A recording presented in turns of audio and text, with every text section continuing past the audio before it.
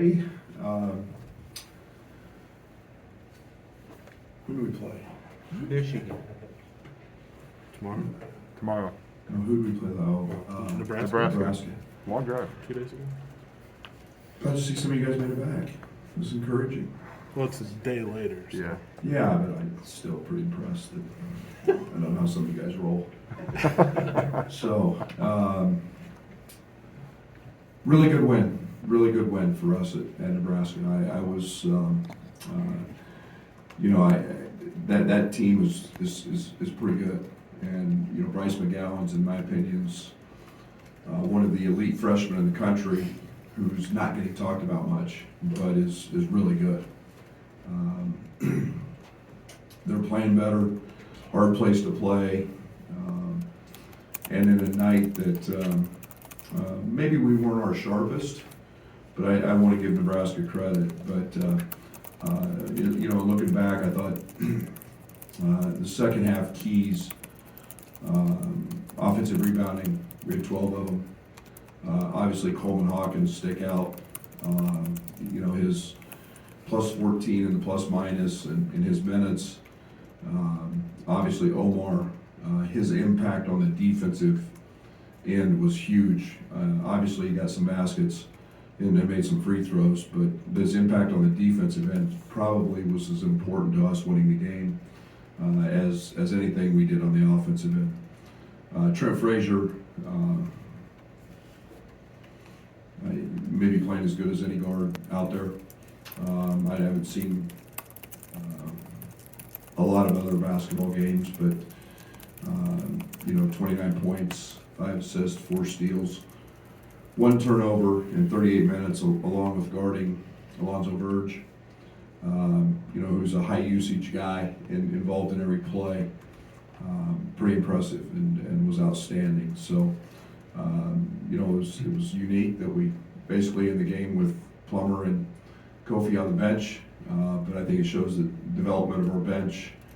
I'm starting to trust them, and they're starting to impact winning, which is a good sign. So obviously Michigan's up next, a team that is extremely talented. They have very, very good players.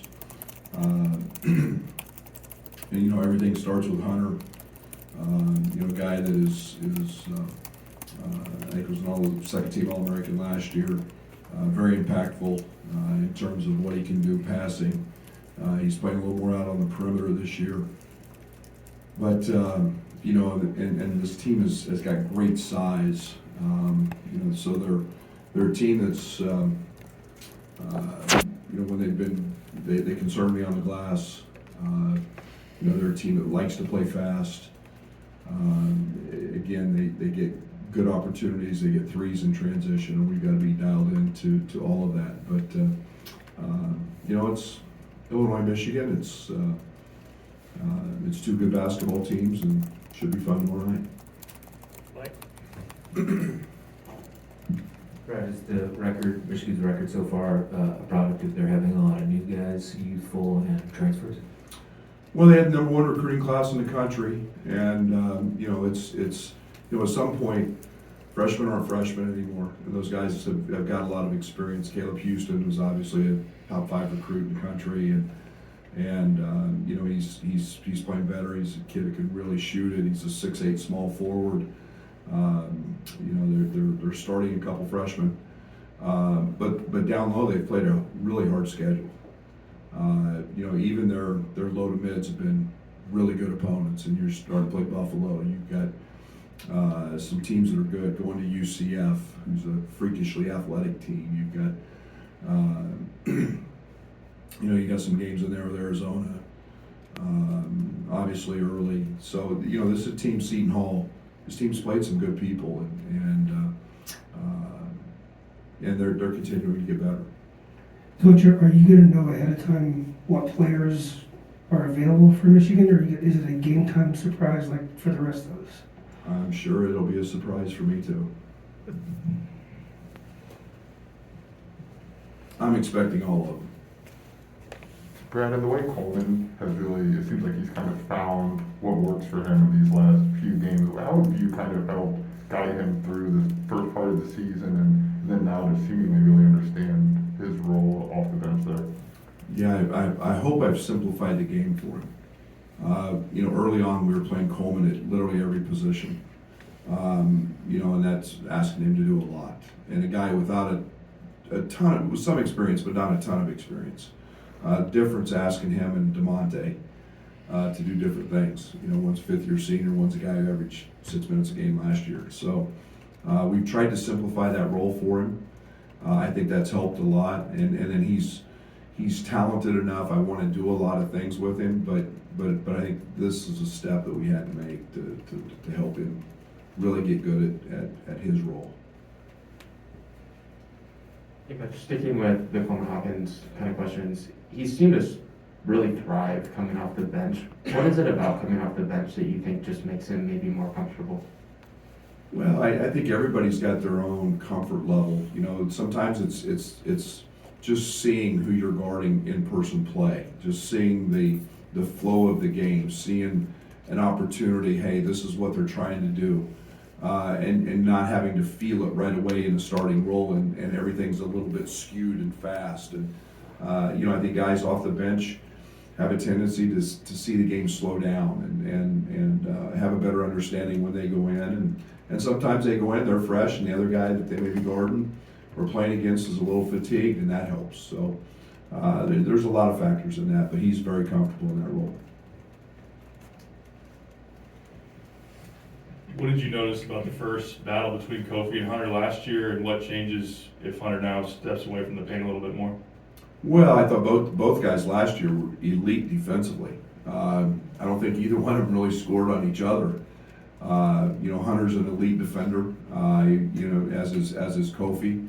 They made it very, very hard. It was a game that we were effective in guarding them. I think we did a really good job on their perimeter players, but Hunter's a good player. He's gonna pop out. They play him really in their big lineup. They play him a lot more as kind of a 4 than a 5, where he's out there passing. He's had a game this year where he was 3 of 3 from the 3-point line, and they're winning against San Diego State. So he's gonna shoot threes. He's gonna shoot 15, 17 footers, and I would expect him to play out there, try to draw Kofi away if that's the matchup we go with at times, and then put an isolation down low. But they tried to do that in multiple games, and I would expect this one to be any different. Brad, having gone through it now, what's the dynamic of facing a team that's coming off a pause for you? Well, the unknown. I think that that works both ways. You're not sure who's had it, who hasn't, how they've practiced. I'm sure we had a couple of days of practice, but I'm expecting a full team, and we're going to get Michigan's best shot, and I'm not going to look at it any other way.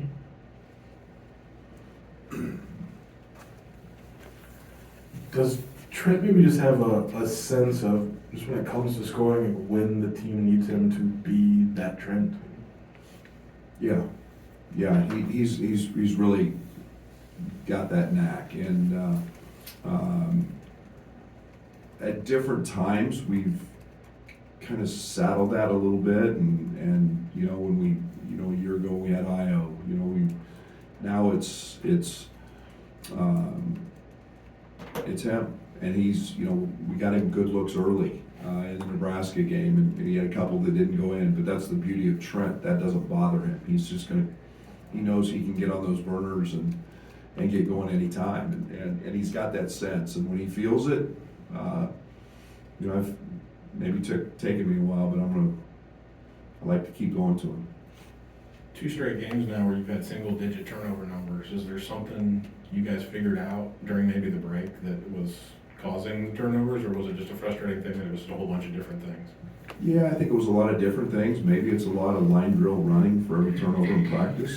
Has built a mechanism in their head, but I think it's just understanding. To be honest, I think it's chemistry. It's something we didn't have early. We were doing a lot of different things poorly. And now we've kind of settled in and guys know where shots are coming from. And, you know, still our turnovers, for the most part now, are aggressive turnovers. They're not passive, and they're not letting people rip the ball out of their hand like happened in the Arizona game. So, you know, hopefully we've gotten better in that area. Brad, you've embraced the bragging rights game, and that game means a little bit more. Certainly, Illinois and Michigan fans have had a lot of fun the last 6 months, going back and forth. Do you embrace this rivalry for what it is after what happened last year? How will you approach that this game? Game 6 of 20 in the league game. I mean, there's certain guys, there's certain games that, you know, it's human nature. You know, you're going to get excited. They're good. It's a good basketball team. You know, last season we were the 2 best teams in the league, and you know we had some outside circumstances involved that, you know, whatever they were. But we know it's a really good basketball team, and you know it's 40 minutes, and both teams are going to compete hard, and yet it makes college basketball fun, these type of games. Coach, Nebraska got really aggressive with Kofi, sent him to the free throw line. Is that kind of the book on him now as you roll into the heart of the Big Ten season? Or are there some adjustments he'll have to make? I hope so. I hope everybody fouls the hell out of him. Shit, I can't imagine teams got that much firepower in the middle to keep going. Kofi puts a lot of fouls on people. I hope that's people's plan. He's, you know, he had a uncanny, weird night at the line. He shot a boatload of them yesterday, and he'll be back fine. And I hope people take that approach with it. Brad, I know the last kind of 2 games you kind of had a little rough starts shooting from outside. I know, has that kind of changed with how defenses have kind of been more one-on-one with Kofi? Has that been kind of the lack of kind of having some time off, or I guess what's kind of gone into that? Nothing's changed on our end. It probably has a little more to do with what our opponents do. You know, I go back to Minnesota. They changed their defense against us. You know, instead of going under every ball screen, you know, all of a sudden they're changing. They're at the level of. You know, we've seen different things with Plummer. We've seen single coverages and not leaving it. Okay. W in the left column. So pick your poison, and you know, those opportunities are going to come. Plum missed a couple 2 or 3 threes that he's never going to miss at Nebraska the other night. But again, when we needed him, Jay got one, DeMonte got one. Ball touched the paint. Trent made a good pass. Plummer made a great pass to Jake, and so it's all. I don't worry about it. You know, if we take 30 of them, we're going to make a bunch, and if we take 14 of them, I think we're going to make our fair amount as well. So, just what the defense gives us. Brad, maybe one more on Coleman. Is there a balancing act for you guys as a coaching staff? And you see what you want him to be eventually with his skill set, but just to maybe do what works for him and what works for your team right now in terms of what you ask out of him? No doubt. Right? Coleman's really talented, and you know, I get ahead of myself sometimes. I think he can do a lot of things, and yet along that line you've got to find confidence, and you've got to find a role that he plays extremely well, so they can always fall back on that. And early in the year, I mean, he was everything from our backup point guard and primary ball handler to a guy we were initiating a lot of offense through to you know, to now a little more subdued role, but one that he's very effective in. Brad, I guess Joe and I are doing the same story on Coleman. He came off the bench and had a couple big tip-ins against Nebraska. Has his energy been consistent throughout the ups and downs of this season, or how did you guys manage that? No, he's been great. His energy. Coleman plays hard, man. Coleman wants to win. He's competitive. You know, and that's one of the things that has made him very successful off the bench is that energy, and he provides a spark. He's impacted the game with his rebounding. He's impacted it with his defense, and you know, a lot of times our best defensive lineups are with him in the game, so the numbers play that out as well. feel like you're gonna laugh me out of the room when I ask this, but does Trent have maintenance days in practice? Because there's this idea that if you're gonna play him 35 minutes and with the amount of effort you need from him on both ends, do I grind him as hard as I need to in practice? Yeah, and it's a really good question because it's really hard with Trent. Trent gets pissed if I take him out in practice. Trent wants that. I mean, he and Pods were going at it yesterday like it was the NBA Finals or the Final Four, and you know, so monitoring Trent in practice, yeah, we have to do that a little bit for his own sake. But he wants to go. I mean, that kid is wired for sound. He's wired to compete, but yeah, we try to be sensitive to that a little bit. Circling back to fouls, I read an article that apparently fouls called across the country are down, and various coaches have had various reactions to that. I wondered if you've noticed that, and if that's good or bad in your opinion. Probably is. They're not calling any on when Kofi has the ball. I'll be honest, I haven't noticed. I really haven't noticed. I think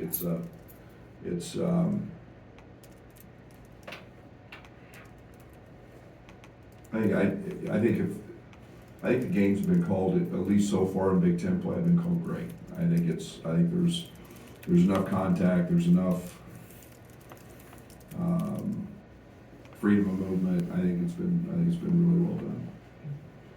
Coach, you mentioned earlier in the week that Andre wasn't probably going to get back to full go in practice this week.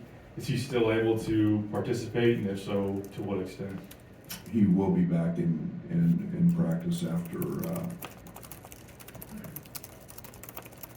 in a limited role. He won't be full go, but he'll be back in some capacity of dry stuff. Again, we're not going to put him out there, Derek, until he's in the kind of shape he's in. So again, it's kind of a one step forward, 2 steps forward, 1 step back. And then we've got to reevaluate, but we're moving in the right direction.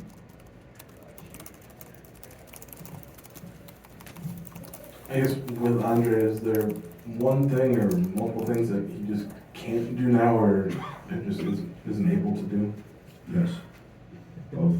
One, multiple. I mean, right now it's just, everything's based on conditioning, and again, everything happens, what he does one day, it's the reaction to that.